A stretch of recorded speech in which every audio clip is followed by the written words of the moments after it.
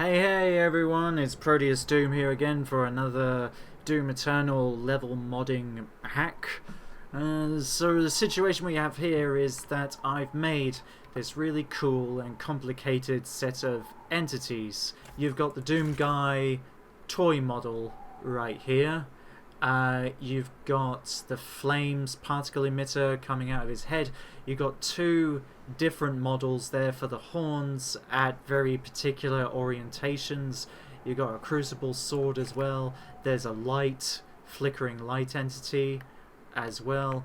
And he's bobbing up and down, so that's using a mover. So there's quite a lot of entities. The problem is, I want to move him to be over here instead.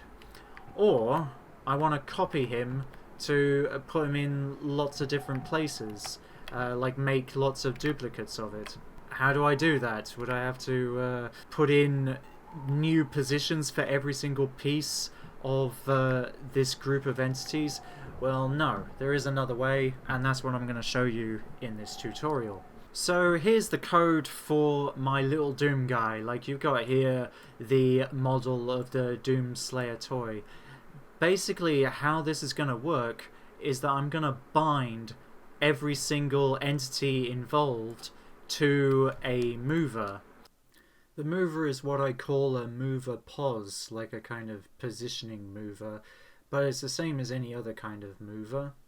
It has only one instruction, which is to go to this info null instantly, and as soon as the player spawns in, basically.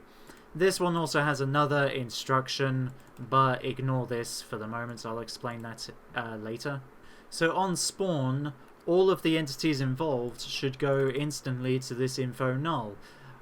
Where is this info null? Well, it is the position in the game, where he is right now. So if you make all the entities bind oriented true, this should work. So yeah, let me demonstrate that then. I'm going to move him to be over here instead.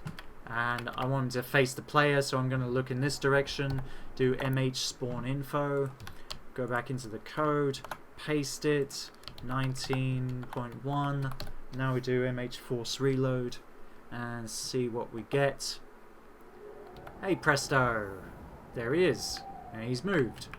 And everything's still working, everything's in the same place, and it works. That's awesome. Some things to mention here. The position and orientation of your mover is important. If you get this slightly wrong or you change it or something, it can really screw everything up.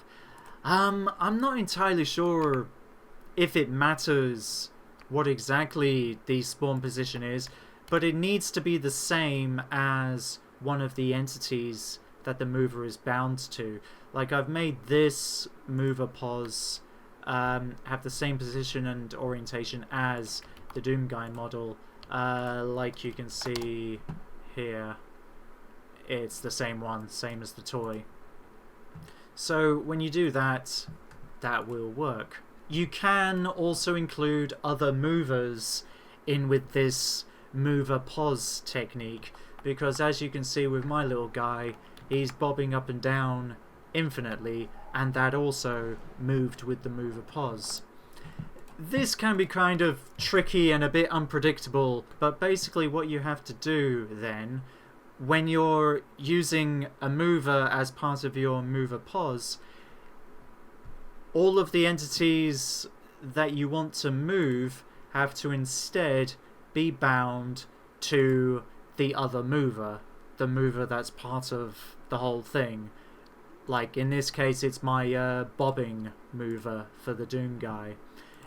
And on that mover, for the bobbing Doom guy, you bind that with bind oriented true to the MOVERPOS entity that has the info, the actual position.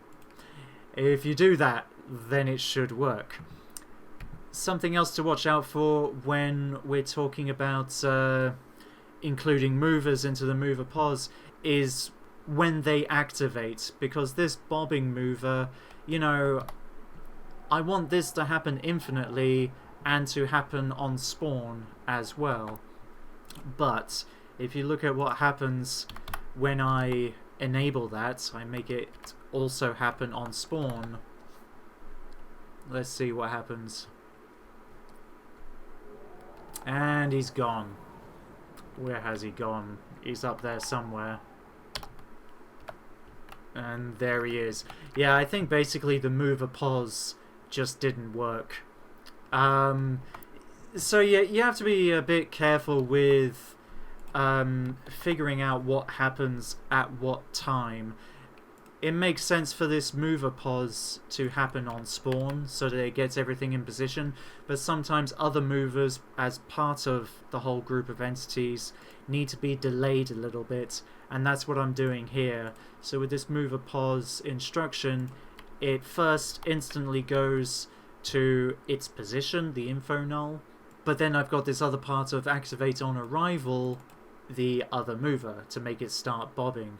So it's very clearly first getting into position, then start bobbing, and that works. That works fine. Okay, so suppose I want to duplicate this Doom guy. I want to make another one right here. What would I have to do? Well, this is what I do then. I use these bookmarks, these blue spots.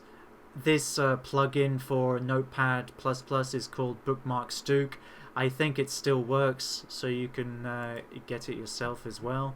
I give it a name with the rem so that the game doesn't read it. This marks the beginning of the bunch of entities, and then I have another one for the end. And that way I can easily go from the beginning to the end quite quickly. So if we're going to make another one, I'm going to add in another bookmark, call it 2. And this way I can hold down Shift, use page up, and just copy all the entities involved with that toy. So I copy all that, go into a new text document, paste it in.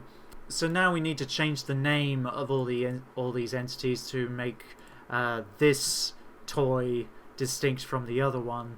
I see that I don't have any other entities that end in 2A or 2 anything, so I'd say that's the way to go. So let's try like this.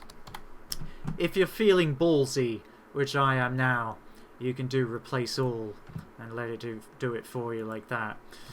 Okay, let's see how it goes. So Control A, select everything, Control C, copy. Now we go back down to 2 and we paste it in. Go back up to 2, go to the info null for 2, choose a different position. I want to put him here facing the player, mh spawn info, come back in here, paste 19.1, and let's see what happens. Ho, bada bing bada boom, there he is, and it worked. Even the mover, he's still bobbing away, and he's all there, just like this other guy. Okay, well, that's about it for the MOVERPOS. This is a pretty reliable method for copying and moving whole groups of entities that you've put together like this. Like I said, if you're including other movers in with it, then that can sometimes be a bit tricky. So you have to watch out for that. The other thing I have noticed sometimes is light entities. They sometimes don't work properly when using this method. Like, they don't turn on. If you try using a light controller with the light entity, it stops working. And in these cases, sometimes I have to just take away the bind info on the light entity, like stop making it bound to everything else, to the MOVERPOS, and just position it in manually. Like, that's how I've solved that problem. But that's it. That's how that works. If you liked this video and you found it useful, give me a like and subscribe and leave me a comment. Bye.